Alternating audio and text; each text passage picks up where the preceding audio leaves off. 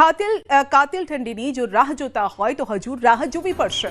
માવઠા સાથે ઠંડીની આવી છે નવી આગાહી અને સાથે જ વાત કરીશું સુરત બાદ અમદાવાદમાં જીવલેણ બનેલ રફતારની। વાત આરોગ્ય સાથે ચેડા કરતા તત્વોની, કેમ કે સુરતમાંથી નકલી પનીર બાદ હવે ઝડપાયું છે શંકાસ્પદ માખણ અને સાથે જ વાત કરીશું સડેલા બિયારણની, જેના કારણે છોટાઉદેપુરમાં 1000થી વધુ ખેડૂતોને પડ્યો છે ફટકો।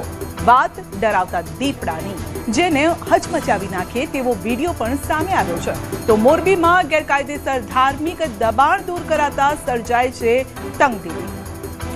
શિયાળો શરૂ થયો છે, પરંતુ કડકડતી ઠંડીનો નથી થઈ રહ્યો અનુભવ અને ત્યારે આગાહીકારોની આગાહી છે કે ઠંડી માટે હજુ જોવી પડશે રાહ।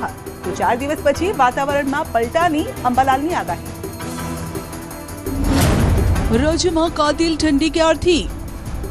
24મી ડિસેમ્બર સુધી આપણે તાપમાનમાં ઘટાડો નહીવત માલુમ પડે છે અને એના પછી શિયાળો જામશે। શું ઠંડી માટે હજુ જોવી પડશે રાહ? आने वाला अगले 7 दिन के लिए 2 दिसंबर से लेकर 8 दिसंबर तक मौसम आमतौर पर शुष्क रहेगा। કેમ ઊંચું નોંધાઈ રહ્યું છે તાપમાન? એના કારણે લાલીનોની સિસ્ટમો જે બને છે એમાં દિત્વા અને આપણે જે કોટા જે પેસિફિકમાં, બીજું સિમધર બન્યું, આ બધા જે સાયક્લોનો બન્યા એની આનુવંશિક અસરોને કારણે વાદળની જે ચાદર અને ભેજનું પ્રમાણ જમીન પર વધારે થવાને કારણે આપણે પાકને બી નુકસાન થાય છે અને ટેમ્પરેચર મેન્ટેન થતું નથી। ગુજરાતમાં હાલ શિયાળો ચાલી રહ્યો છે, પરંતુ હજુ જોઈએ તેવી ઠંડી નથી પડી રહી। આ સાથે બંગાળની ખાડી અને પેસિફિક મહાસાગરમાં એક બાદ એક સિસ્ટમ બની રહી છે, જેના કારણે તાપમાનમાં વધારો જોવા મળી રહ્યો છે। ત્યારે પૂર્વ હવામાન વૈજ્ઞાનિક અશોક દેસાઈએ ગુજરાતમાં ક્યારથી કડકડતી ઠંડી જામશે તે અંગેની આગાહી કરી છે। હવામાન વૈજ્ઞાનિક અશોક દેસાઈના અનુમાન મુજબ 24 ડિસેમ્બર બાદ ગુજરાતમાં શિયાળો જામશે। લા નીનાની અસરે ડિસેમ્બરમાં કડકડતી ઠંડી પડવાની શક્યતા ઓછી છે। જે વેસ્ટર્ન ડિસ્ટર્બન્સને કારણે હિમાલય ચાદર ઉડાડેલી છે અને સ્નોફોલ થઈ રહ્યો છે, એની અસરોના કારણે ઠંડા પવનો ઓલરેડી ચાલુ થઈ જ ચૂક્યા છે, પરંતુ જે આ સિસ્ટમો એક પછી એક આવે છે એ આ જે ઠંડીના પવનો આવવા જોઈએ અને ભારત આખાને ઠંડુ કરવા જોઈએ એ નથી કરી રહ્યા। 24 પછી લાલીનો બિલકુલ લગભગ 20%ની અંડર જતો રહેશે અને અલ્નીનોનો પ્રભાવ વધી જશે। એના કારણે જે આ બધી સિસ્ટમો બને છે એ પેસિફિક વેસ્ટ બાજુ નહીં બનતા પેસિફિક ઈસ્ટ એટલે કે અમેરિકન સાઈડ બનશે અને એના કારણે આપણા જે એશિયન કન્ટ્રી અથવા ભારત અને ગુજરાત પર્ટિક્યુલર પર જે આપણને જે અસરો થવી જોઈએ તાપમાનમાં એ નહીં થાય અને અત્યારે જે ઠંડી નથી પડતી એના બદલે ઠંડીનો શરૂઆત થશે અને 15થી જે 25ની રેન્જ આપણી નોર્મલ શિયાળાની નોંધાયેલી છે એ મેન્ટેન થશે। 8 ડિસેમ્બર સુધી સૂકું વાતાવરણ રહેશે। હવામાન વિભાગની આગાહી પણ 8 ડિસેમ્બર સુધી કાતિલ ઠંડીના કોઈ અણસાર નથી આપતી। હવામાન વિભાગની આગાહી મુજબ 8 ડિસેમ્બર સુધી સૂકું વાતાવરણ રહેશે। આગામી 7 દિવસ ઉત્તર પૂર્વના પવન ફૂંકાઈ શકે છે, જેના કારણે કોલ્ડ વેવની અસર સામાન્ય રહેશે। સૌરાષ્ટ્ર, મધ્ય ગુજરાત અને ઉત્તર ગુજરાત, કચ્છમાં લઘુત્તમ તાપમાન સામાન્ય અથવા સૌથી સામાન્ય કરતા નીચે પણ રહી શકે છે। आने वाला अगले 7 दिन के लिए 2 दिसंबर से लेकर 8 दिसंबर तक मौसम आमतौर पर शुष्क रहेगा और जो न्यूनतम तापमान है इसमें कोई बड़ा बदलाव नहीं रहेगा अगले 7 दिन के लिए, मतलब 8 दिसंबर तक। जो मिनिमम तापमान है नॉर्थ गुजरात रीजन और जो सेंट्रल पार्ट्स ऑफ सौराष्ट्र, इसमें नॉर्मल टू बिलो नॉर्मल रहने का संभावना है और जो extreme western part of Saurashtra Kutch और southern parts of Gujarat region, इसमें अबव नॉर्मल रहने का पूर्वानुमान दिया गया है पूरा सीजन में, मतलब दिसंबर से लेकर फरवरी तक। कोल्ड वेव की जो सिचुएशन है अभी जो पूरा सीजन के लिए नॉर्मल रहने का पूर्वानुमान दिया गया है। ऑलमोस्ट नॉर्मली रहेगा हमारा गुजरात रीजन और सौराष्ट्र का दोनों रीजन के लिए, और हमारा जो दिसंबर महीना का भी नॉर्मल कोल्ड वेव का ड्यूरेशन के लिए पूर्वानुमान दिया गया है। 5 ડિસેમ્બરથી હવામાનમાં પલટો આવશે। જો કે જાણીતા હવામાન આગાહીકાર અંબાલાલ પટેલનું માનીએ તો 5મી ડિસેમ્બરથી હવામાનમાં પલટો આવી શકે છે, જેના કારણે કેટલીક જગ્યાએ છૂટો છવાયો વરસાદ પણ પડી શકે છે। એટલે કે 4 દિવસ બાદ માવઠાનો માર શરૂ થશે। તારીખ 5મી ડિસેમ્બરથી 10મી ડિસેમ્બર વચ્ચે હવામાનમાં પલટો આવે અને આ પલટાની અસરના કારણે ક્યાંક સાંટા કે વાદળવાયુ થઈ શકવાની શક્યતા રહેશે. 10મી તારીખ સુધીમાં તેની અસર વધારે રહી શકે. બંગાળ ઉપસાગરમાં 15 ડિસેમ્બર બાદ લગભગ 15 ડિસેમ્બર કે 18 ડિસેમ્બરથી 24 ડિસેમ્બર વચ્ચે એક ડીપ ડિપ્રેશન બનવાની શક્યતા રહેશે અને જેના કારણે પણ ગુજરાતનું હવામાન તારીખ 18થી 24માં પલટાઈ શકે. 5 ડિસેમ્બરની આસપાસથી 10 ડિસેમ્બરમાં ક્યાંક હવામાનમાં પલટો આવી શકે. ઉત્તર ગુજરાતના ભાગોમાં હવામાનમાં વધારે પલટો આવી શકે. મધ્ય ગુજરાતના ભાગોમાં વધારે પલટો આવી શકવાની શક્યતા રહેશે. 15મી ડિસેમ્બરથી માવઠાની તીવ્રતા વધશે. અંબાલાલનું માનીએ તો ડિસેમ્બર મહિનાના મધ્યમાં હવામાનની પરિસ્થિતિ વધુ બદલાય તેવી શક્યતા છે. 15 ડિસેમ્બરથી માવઠાની તીવ્રતા વધવાની આગાહી અંબાલાલે કરી છે. 18થી 24 કે 25 તારીખ સુધીમાં અથવા ડિસેમ્બરના થોડાક પાછલા દિવસોમાં માવઠું થવાની શક્યતા રહેશે. એટલે ડિસેમ્બરમાં પ્રથમ પખવાડિયામાં અને બીજા પખવાડિયામાં વાતાવરણમાં ભારે પલટાવાની શક્યતા રહેશે. પણ બીજા પખવાડિયામાં ઘણા ભારે પલટાવાની શક્યતા રહેતા બીજા પખવાડિયાનું માવઠું કંઈક વધારે રહેવાની શક્યતા રહેશે. માવઠાની અસર બીજા પખવાડિયામાં દક્ષિણ ગુજરાતના ભાગોમાં રહી શકે, મધ્ય ગુજરાતના ભાગોમાં થઈ શકે, ઉત્તર ગુજરાતના ભાગોમાં પણ રહેવાની શક્યતા રહેશે. બાદમાં પણ જીવલેણ બની રફતાર. જીએમડીસી ગ્રાઉન્ડ પાસેથી પૂર ઝડપે જઈ રહેલા બાઇક ચાલકનું મોત. પરિવારે અકસ્માતને લઈ ઉઠાવ્યા સવાલ. ઝડપની મજા બની મોતની સજા. સુરત બાદ અમદાવાદમાં રફતાર બની જીવલેણ. પરિવારમાં લગ્ન પહેલા માતમ છવાયો. સુરત બાદ હવે અમદાવાદમાં પૂર ઝડપે વાહન હંકારતા વધુ એક યુવાનનો ભોગ લેવાયો. જીએમડીસી મેદાન નજીક અકસ્માતની આ કરુણ ઘટનામાં બેફામ ગતિએ જઈ રહેલા BMW બાઇકના ચાલકનું કાબુ ગુમાવતા નીચે પટકાતા ઘટનાસ્થળે મોત નીપજ્યું. આ પહેલા સુરતના જાણીતા યુટ્યુબ બ્લોગરનું પૂરપાટ ઝડપે બાઇક હંકારતા મોત થયું હતું. બાઇક ચાલક BRTSની રેલિંગ સાથે અથડાતા મોત. 24 કલાકમાં બીજો ગંભીર અકસ્માત. શહેરમાં ફરી એકવાર રફતારનો કહેર સામે આવ્યો છે. રફતારના કહેરમાં જ એક બાઇક સવારે જીવ ગુમાવ્યો. જીએમડીસી ગ્રાઉન્ડ પાસેથી પૂર ઝડપે જઈ રહેલો BMW બાઇક ચાલક રેલિંગ સાથે ટકરાતા સ્થળ પર મોત થયું. અકસ્માત એટલો ખતરનાક હતો કે બાઇક સવારનો હાથ છૂટો પડી ગયો. એટલું જ નહીં, બાઇક 50 મીટર સુધી દૂર ઢસડાયું હતું. મૃતક યુવાનની ઓળખ 25 વર્ષીય પાર્થ કલાલ તરીકે થઈ છે. બનાવની જાણ થતાં પાર્થના ભાઈ અને પિતા ઘટનાસ્થળે પહોંચ્યા. મૃતકના ભાઈના 12 ડિસેમ્બરના રોજ લગ્ન હતા, ત્યારે પરિવારમાં લગ્ન પહેલા માતમ છવાયો છે. અમદાવાદના જીએમડીસી પાસે ગઈકાલે રાત્રે એક અકસ્માતની ઘટના બની. જો કે આ અકસ્માતે અનેક સવાલો જે છે તે અહીંયા ઉપસ્થિત કર્યા છે. હાલ આપ જે જોઈ શકો છો કે અમદાવાદના શિવરંજનીથી જે છે ગઈકાલે રાત્રે BMW બાઇક ચાલક જે છે તે આવી રહ્યો હતો અને નારણપુરા તરફ જઈ રહ્યો હતો, ત્યારે જીએમડીસી પાસે આ એક અકસ્માતની ઘટના બની હતી. જો કે આ અકસ્માત એટલો ખતરનાક હતો કે તેનો એક હાથ જે છે તે છૂટો પડી ગયો હતો અને અહીંયા આપ જે જોઈ શકો છો કે ત્યાં જે કપચી અત્યારે નાખેલી છે ત્યાં તેની ડેડ બોડી પડી હતી અને જે છે 100 મીટર અહીંયાથી 100 મીટર દૂર જે છે તેનું બાઇક જે છે તે ઢસડાયું હતું. જો કે આ અકસ્માતના કારણે અનેક સવાલો પણ ઊભા થયા છે. પરિવારજનોએ બાઇક સ્લીપ થવાથી આવો અકસ્માત ન સર્જાય અને બાઇકને પાછળથી કોઈ વાહનની ટક્કર વાગી હોય તેના કારણે અકસ્માત થયો હોય તેવી આશા વ્યક્ત કરી છે. આ સાથે પરિવારે ન્યાયની માંગ કરી છે.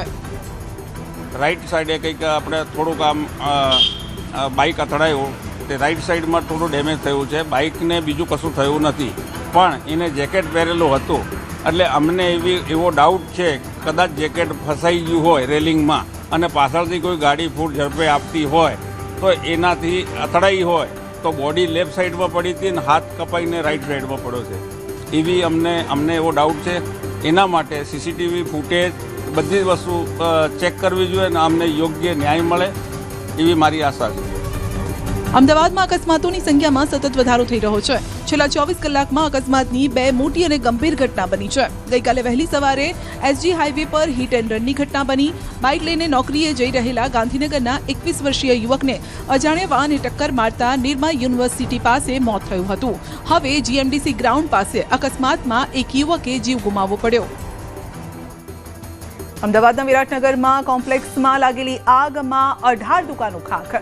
ગેરકાયદેસર ઓઇલના જથ્થાના કારણે આગ વિકરાળ બની હોવાના આરોપ. અમદાવાદના વિરાટનગરમાં વિકરાળ આગ. એક દુકાનમાં લાગેલી આગ 18 દુકાનમાં પ્રસરી. દુકાનની આગ કેમ બની વિકરાળ? આગની ભયાનક જ્વાળાઓ અને ધુમાડાના ઉડતા ગોટે ગોટા. આ દ્રશ્યો પરથી અંદાજ લગાવી શકાય છે કે આગ કેટલી વિકરાળ હશે. શહેરના વિરાટનગર વિસ્તારમાં વ્રજેશ્વરી કોમ્પ્લેક્સમાં ભયાનક આગની ઘટના બની.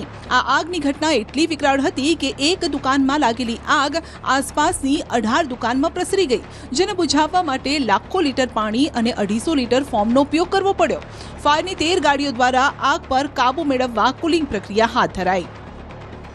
અમદાવાદના વિરાટનગર પાસે એક ભયાનક આગની ઘટના જે છે અમે આવી છે અને હાલ આપ જે જોઈ શકો છો કે જે વિરાટનગર પાસેનું એક આ કોમ્પ્લેક્સ છે, રંજન હાઈસ્કૂલ પાસેનું આ કોમ્પ્લેક્સ છે અને ત્યાં જે છે એ દુકાનમાં આગની ઘટના સામે આવી હતી અને આગનું સ્વરૂપ એટલું વિકરાળ હતું કે આસપાસની કોમ્પ્લેક્સમાં દુકાનો જે આવેલી છે એ દુકાનો પણ બળીને ખાખ થઈ ગઈ છે. જે પ્રકારની જે વિગતો સામે આવી છે કે આ દુકાનમાં જે છે તે કેમિકલ રાખવામાં આવ્યું હતું અને તેના કારણે આ આગ જે છે તે વધારે વિકરાળ સ્વરૂપ ધારણ કર્યું હતું. બીજી તરફ આગની જ્યાં ઘટના બની હતી તેની પાછળ જ રહેણાંક સોસાયટી આવેલી છે. આગ પાછળની તરફ પ્રસરતા સોસાયટીના રહીશોમાં ભય વ્યાપી ગયો. જો કે ફાયરના અધિકારીઓએ પાછળની બાજુએ પ્રસરેલી આગ ઝડપથી કાબૂમાં લઈ લીધી. આગ લાગી ત્યારે મોટાભાગની દુકાનો બંધ હતી, એટલે કોઈ જાનહાનિ નથી થઈ. અહીંયા વિરાટનગર પાસે બાપુનગર પોલીસ સ્ટેશન વિસ્તાર છે, ત્યાં બ્રજેશ્વરી કોમ્પ્લેક્સ છે. એમાં કોઈ કારણોસર આગ લાગેલી છે અને ટોટલ 18 દુકાનોમાં આગ લાગી છે અને અત્યારે એના અનુસંધાને અહીંયા એમ્બ્યુલન્સ, ફાયર બ્રિગેડ અને પોલીસના તમામ માણસો અત્યારે અહીંયા હાજર છે. ડીસીપી સાહેબ પણ હાજર છે અને માણસોને હટાવી દીધા છે અને આગ ઓલવવાની કામગીરી ચાલુ છે. આ કોમ્પ્લેક્સની એક દુકાનમાં પડેલા ઓઇલના જથ્થાના કારણે આગ વધુ પ્રસરી. સ્થાનિક લોકોએ દુકાનનો માલિક ગેરકાયદેસર રીતે ઓઇલનો જથ્થો રાખતો હોવાનો આક્ષેપ કર્યો છે. ત્યારે તેના પર કાર્યવાહી થશે કે કેમ તે સૌથી મોટો સવાલ છે, કારણ કે જ્યાં આગની ઘટના બની છે તેની સામે જ અમદાવાદ મ્યુનિસિપલ કોર્પોરેશનની પૂર્વ ઝોનની ઓફિસ છે. તો શું અધિકારીઓને આ ગેરકાયદેસર ઓઇલના જથ્થાની જાણ ન હતી કે પછી તેમાં પણ તંત્રની મિલીભગત છે? ઓલરેડી અમે એમને જે સોલ્વન્ટના જે કરતા હતા એમને અમે એ કર્યું હતું કે તમે ફાયરનું એ પણ લઈ લો અને તમે ના કરો, કેમ કે આગળ જઈને ફ્યુચરમાં તકલીફ અને એના પહેલાં થઈ પણ હતી અને ભાઈને અમે તાકીદ પણ કરી હતી પણ ભાઈએ ધ્યાન નહીં આપ્યું અને આજે જે બનાવ બન્યો આપની સામે જ છે. મારી દુકાનમાં અત્યારે એથી જ બળી ગઈ છે, બધું થઈ ગયું છે. હવે હું ઓપન કરી તો મને ખબર પડશે કે એમાં શું નુકસાન થયું છે. ઓઇલના જથ્થામાં કેવી રીતે આગ લાગી તેને લઈને તપાસ હાથ ધરવામાં આવી છે. સાથે જ કોમ્પ્લેક્સમાં ફાયર સેફટીની સુવિધા હતી કે નહીં તેની પણ ચકાસણી હાથ ધરાઈ છે. अभी तो दुकानें बंद थी जब फायर लगी थी, जो प्रीलिमिनरी लगी दुकानें बंद थी उसमें फायर लगा. कि जब भी ऑयल और ग्रीस का होता है तो इसमें ऑटो इग्निशन टेम्परेचर भी आ जाता है, तो मे बी एक रीज़न वो भी हो सकता है other than electrical short circuit. માવઠાએ એક તો હાલત કફોડી કરી અને હવે બિયારણ સડેલું નીકળતા છોટાઉદેપુરના ખેડૂતોને ફટકો. સરકારી યોજના હેઠળ વિતરણ કરેલું બિયારણ સડેલું નીકળતા ખેડૂતોનો હલ્લાબોલ. 1000 ખેડૂતોને સડેલું બિયારણ અપાયું. સડેલું મકાઈનું બિયારણ મળતા ખેડૂતોમાં રોષ. બિયારણ વિતરણ કેન્દ્ર પર ખેડૂતોનો હલ્લાબોલ. છોટાઉદેપુર જિલ્લાના 1000થી વધુ ખેડૂતો માટે રાજ્ય સરકારની કૃષિ વૈવિધ્યકરણ યોજના આશીર્વાદના બદલે શ્રાપરૂપ સાબિત થઈ છે. આ યોજના હેઠળ ખેડૂતોને રાહત દરે વિતરણ કરવામાં આવેલું મકાઈનું બિયારણ સદંતર ગુણવત્તાવિહીન અને સડેલું નીકળતા ખેડૂતોની આશા પર પાણી ફરી વળ્યું છે. જે ખેડૂતોએ હોંશે પોતાના ખેતરમાં વાવણી કરી હતી તેઓને હવે પાક ન ઉગતા રડવાનો વારો આવ્યો છે, કેમ કે ખેડૂતોએ કરેલો ખર્ચ અને મહેનત એળે ગઈ છે. ખાતર બિયારણ આવેલું, આ બિયારણ ખોડેલું નીકળ્યું. હવે અમારે આ જમીન પાછળ પડી ગઈ. હવે પાછી લાવીને ઓરવા તો એ મોડી થાય, એટલે પાછી લાવી નાખી અને જોડે ખેતર હતું તે અમારા ખાનગી દુકાનેથી લાવીને હોય રહી તે કમ્પ્લીટ બિયાર ઉગી ગયું અને આયે સરકારે આવેલી તે નહીં ઉગી, હળેલું નીકળ્યું. માવઠાના કારણે ડાંગરના પાકમાં પહેલાથી જ ખેડૂતોને નુકસાન ગયું છે, જેનું પૂરું વળતર હજુ મળ્યું નથી અને ત્યારે ખેડૂતોએ હોંશે સરકારી યોજનાનો લાભ લઈને મકાઈનું વાવેતર કર્યું હતું, પણ ખાટલે ખોટ હોય તેમ ગુણવત્તાહીન બિયારણના કારણે મકાઈ ઉગી જ નહીં. ખેડૂતો સરકારી યોજનામાં છેતરાયા હોવાનો અહેસાસ કરી રહ્યા છે.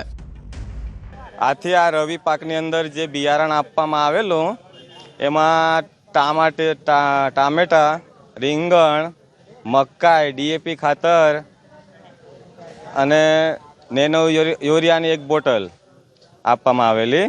એમાંથી ખેડૂતો ઓરતા પછી ખબર પડી કે બિયારણ રીતસર બગડેલું છે, તો અમે અહીંયા ઓફિસમાં આવીને જાણ કરી. ખાનગી વેપારીઓ પાસેથી લીધેલું બિયારણ નકલી હોવાના પહેલા ઘણા કિસ્સા બન્યા છે, પરંતુ અહીં તો સરકારી યોજનામાં મળેલું બિયારણ જ નકલી નીકળ્યું છે. કમોસમી વરસાદ પડવાના કારણે ખેડૂતની સિઝન બગડી, કુદરતનો માર પડ્યો. પણ આ જે સરકારી માર છે, પેલા કુદરતી મારમાં તો સરકારે સહાય હજુ કરી નથી, કરવાની છે કે નહીં, ક્યારે કરશે ખબર નથી. પણ અત્યારે 1000 ખેડૂતોને ખોટું બિયારણ આપીને એને માર પાડ્યો છે, એને સિઝન બગાડી છે. આનાથી ખેડૂતની સિઝન બગડી, એની મહેનત ગઈ. સડેલું બિયારણ ખેતરમાં નાખવાના કારણે પાક નિષ્ફળ જતા ખેડૂતોમાં ભારે આક્રોશ છે. ગુસ્સે ભરાયેલા ખેડૂતો મોટી સંખ્યામાં બિયારણ કેન્દ્ર પર પહોંચ્યા. ખેડૂતોના વિરોધના પગલે ડેપો મેનેજરે તાત્કાલિક બિયારણ બદલી આપવાની તૈયારી દર્શાવી. જો કે આ બાબતે સવાલ એ ઊભો થાય છે કે જો બિયારણની ગુણવત્તામાં કોઈ ખામી ન હોય તો તપાસ કર્યા વગર કેમ તેને બદલી આપવાની વાત કરવામાં આવી. જે ખેડૂતોનો ઇસ્યુ છે મકાઈનો, એ લોકોને નવું મટીરિયલ અમે રિસોલ્વ કરી આપીએ છીએ. એક જર્મિનેશનનો થોડો ઇસ્યુ છે અને અમુક થોડુંક કન્ટેન્ટ થોડુંક રફ આવ્યું છે. ઇસ્યુ વધારે જર્મિનેશનનો છે. આના માટે ચોક્કસ કારણ તમારી જે કંપની છે બરાબર, એમના થ્રુ તમને મળશે. ખેડૂતોએ આશા રાખી હતી કે સરકારના સહારે તેમને ગુણવત્તાયુક્ત બિયારણ મળશે, પરંતુ આ નકલી બિયારણના કારણે ખેડૂતોને બેવડો ફટકો પડ્યો છે. સૌથી મોટી મુશ્કેલી એ છે કે મકાઈના વાવેતરનો યોગ્ય સમયગાળો હવે વીતી ગયો છે. જો ખેડૂતો હવે ફરીથી વાવેતર કરવા જાય તો પણ તે નકામું સાબિત થાય તેમ છે. માવઠાના માર પછી દ્વારકાના મોટા ભાગના ખેડૂતોએ કર્યું શિયાળુ પાકનું વાવેતર. જિલ્લામાં 1.38 લાખ હેક્ટરમાં થયું શિયાળુ વાવેતર. માવઠાના માર પછી બેઠો થતો ખેડૂત. 1.38 લાખ હેક્ટરમાં રવિ પાકનું વાવેતર. સૌથી વધુ ચણાનું વાવેતર. માવઠાના ઘાને ભૂલી ફરી ખેડૂત ખેતરમાં જોતરાયો છે. શિયાળુ પાકની તૈયારી કરી રહ્યો છે. દ્વારકા જિલ્લામાં મોટાભાગના ખેડૂતો દ્વારા શિયાળુ પાકનું વાવેતર કરાયું છે. દ્વારકા જિલ્લામાં 1.38 લાખ હેક્ટરમાં રવિ પાકનું વાવેતર કરાયું છે. સૌથી વધુ ચણાનું વાવેતર 61,000 હેક્ટરમાં થયું છે. જીરાનું વાવેતર 38,000 હેક્ટરમાં અને ધાણાનું વાવેતર 13,000 હેક્ટરમાં. સૌથી ઓછું ઘઉંનું વાવેતર 4,000 હેક્ટરમાં થયું છે અને પશુપાલકોએ ઘાસચારાનું વધુ પ્રમાણમાં વાવેતર કર્યું છે. શિયાળામાં પાછું વાવેતર ઘાસચારાનું કર્યું છે અને જે કંઈ અલગ પછી જે કંઈ વાવ્યા છે મગફળીમાં જે બગાડ થયો એ પછી ચારા જે ઢોર હાટો સ્પેશિયલ વાવવો પડે. જે એ ધારો બગડે તો ખેડૂત પાયમાલ થઈ જાય. શિયાળુ પાક અમે ઘઉં અને ચણા અને ધાણા વાવ્યા છે અને માલનો ચરો વાવ્યો વધારે. કમોસમી વરસાદને કારણે ચોમાસું ચરો બગડી ગયો એટલે અમારે પશુ હાટું થઈને અટાણે વધુ વાવ્યું છે. હવે જો આમાં કંઈ માવઠું કે કંઈ થાય નહીં શિયાળુ પાકમાં તો અમારે અટાણે કંઈક ભાવ ને મળે તો કંઈક અમે બેઠા થઈ જાય. દિવાળી બાદ પડેલા માવઠાના કારણે અહીં મગફળી અને કપાસને વ્યાપક પ્રમાણમાં નુકસાન થયું હતું. ત્યારે હવે ખેડૂત શિયાળુ પાકથી આ નુકસાની સરભર કરવાનો પ્રયાસ કરી રહ્યો છે. જો કે ખેડૂતને હજુ પણ કમોસમી વરસાદની ચિંતા સતાવી રહી છે કે શિયાળુ પાક પર આકાશી આફત ત્રાટકે નહીં તો સારું. ઘાસચારાનું વાવેતર કરેલ છે અને છતાં પણ શિયાળુ પાકમાં જે કાંઈ વાવેતર કરેલ છે તેમાં કોઈ નુકસાની ન આવે અથવા તો કોઈ આકસ્મિક આફત ન આવે, કુદરતી આફત ન આવે તો પાક સારા લઈ અને એમના પોષણક્ષમ સારા ભાવ મળે તો ખેડૂત એમાંથી કાંઈક પણ લાભ લઈ શકે એવી આશા છે. નકલી પનીર બનાવનાર સામે કડક કાર્યવાહી છતાં પણ સુરતમાં ભેળસેડિયાઓ બેફામ છે। નકલી પનીર બાદ શંકાસ્પદ માખણનો જથ્થો પણ જપ્ત। તો રાજકોટમાં ખાદ્ય પદાર્થોમાં ભેળસેળ કરનારાઓ દંડાયા। ડેરી પ્રોડક્ટના નામે ઝેર। સુરતમાં નકલી પનીર બાદ ઝડપાયું શંકાસ્પદ માખણ। રાજકોટમાં ભેળસેડિયા સામે કડક કાર્યવાહી। સુરતી લાલાઓ ડેરી પ્રોડક્ટના નામે તમે ઝેર તો નથી ખાઈ રહ્યા ને? કેમ કે સુરત શહેરમાંથી નકલી ઘી અને પનીર બાદ હવે શંકાસ્પદ માખણનો મોટો જથ્થો ઝડપાયો છે। 143 કિલો શંકાસ્પદ માખણ ઝડપાયું। શહેરમાં નકલી ઘી અને નકલી પનીર જેવા ખાદ્ય પદાર્થોથી નાગરિકોના આરોગ્ય સાથે ચેડા થયા બાદ હાલ વધુ એક આવો જ કિસ્સો સામે આવ્યો છે, જેમાં લોકોના સ્વાસ્થ્ય સાથે ચેડા થઈ રહ્યા છે। અધધ 143 કિલો શંકાસ્પદ માખણ પકડાયું છે। થોડા દિવસ અગાઉ સુરતની સુરભી ડેરીમાંથી મોટી માત્રામાં મળેલા નકલી પનીરના જથ્થા બાદ ખાદ્ય પદાર્થોના કૌભાંડ સામે કડક કાર્યવાહી તેજ બની છે। ત્યારે એસઓજી અને કોર્પોરેશનના આરોગ્ય અને ફૂડ વિભાગની સંયુક્ત ટીમે વધુ 2 ડેરી પર દરોડા પાડી આટલી મોટી માત્રામાં શંકાસ્પદ માખણ જપ્ત કરતા શહેરમાં ખળભળાટ મચી ગયો। પૂર્ણા ગામ વિસ્તારમાં આવેલી અમૃતધારા ડેરી પૂર્ણા તથા વરાછા વિસ્તારમાં લંબે જનતા ડેરી વરાછા પર એક સાથે છાપો મારવાની કાર્યવાહી હાથ ધરાઈ, જે દરોડા દરમિયાન ડેરીમાંથી માખણના મોટા જથ્થામાં ગેરરીતિની આશંકા ઊભી થતા કુલ 143 કિલો શંકાસ્પદ માખણ સીઝ કરવામાં આવ્યું છે। હાલ આ જપ્ત કરાયેલા માખણના અલગ અલગ બેચમાંથી નમૂના લેવાયા છે। આ સર્વે નમૂનાઓ આરોગ્ય વિભાગ દ્વારા અધિકૃત ફૂડ ટેસ્ટિંગ લેબોરેટરીમાં રાસાયણિક તથા બેક્ટેરિયોલોજીકલ તપાસ માટે મોકલવામાં આવ્યા છે। હવે તમામની નજર આ લેબ રિપોર્ટ પર છે, જે બાદ જ નક્કી થશે કે આ માખણ અસલી છે કે નકલી। જો કે હાલ તો આ માખણ સુરત શહેરમાં વહેતું થઈ ગયું છે। પહેલાં પનીર, ઘી અને હવે શંકાસ્પદ માખણ, આ તમામ વસ્તુઓ જે છે એના ઉપર અમારી ક્લોઝ વોચ ચાલી રહી છે। અમે આરોગ્યની ટીમો સાથે મળી અને સતત પ્રયત્ન કરીએ છીએ કે સુરત શહેરના લોકો જે છે આવા નકલી ખાવાથી બચે। અત્યારે જે પકડાયું છે 143 કિલોગ્રામ માખણ પકડાયું છે। એમાં પૂણા ગામની જે અમૃતધારા ડેરી છે તથા વરાછાની જનતા ડેરી છે, એમાંથી 28,600 રૂપિયાનું આ નકલી માખણ પકડાયું છે। અને આ માખણ પર પામ ઓઇલમાંથી આ લોકો બનાવતા હતા। રોજની એ લોકો 30 થી 35 કિલોગ્રામ વેચતા હતા અને લોકો આ ખાવા માટે આ માખણનો ઉપયોગ કરતા હતા। ફૂડ વિભાગે લીધેલા 7 નમૂના સબ સ્ટાન્ડર્ડ જાહેર। અલગ અલગ વેપારીઓને 3 લાખ રૂપિયાનો દંડ। રાજકોટ મનપાના ફૂડ વિભાગ દ્વારા લેવામાં આવેલા ખાદ્ય પદાર્થના 7 નમૂના ફેલ જાહેર થયા છે। કાર્યવાહીમાં ખાસ કરીને ઘી, માવો, મીઠાઈના નમૂનાઓમાં ભેળસેળ સામે આવી છે, જે ગ્રાહકોના સ્વાસ્થ્ય અને સુરક્ષા સામે ગંભીર જોખમ ઊભું કરે છે। સૌથી મોટો દંડ 1,80,000 Shri Siyaram Vijay Patel ice cream and dairy ફાર્મને ફટકારાયો છે। આ પેઢી પરથી લેવામાં આવેલા ગાયના ઘીમાં અનિયમિતતા જોવા મળી છે। આ ઉપરાંત શ્રદ્ધા ગુલાબજાંબુ પરથી લેવાયેલો મોડો માવો, જેના નમૂના પણ ભેળસેળ યુક્ત સાબિત થયા છે, જેને 50,000નો દંડ ફટકારવામાં આવ્યો। શ્રી ખોડિયાર ડેરી ફાર્મને 20,000નો દંડ, નિલેશ ડેરી ફાર્મને 20,000નો દંડ, વિશાલ ચાઇનીઝ પંજાબી નામની દુકાન માલિકને પણ 10,000 રૂપિયા દંડ સહિત અન્ય દુકાન ચાલકોને દંડ ફટકારાયો છે।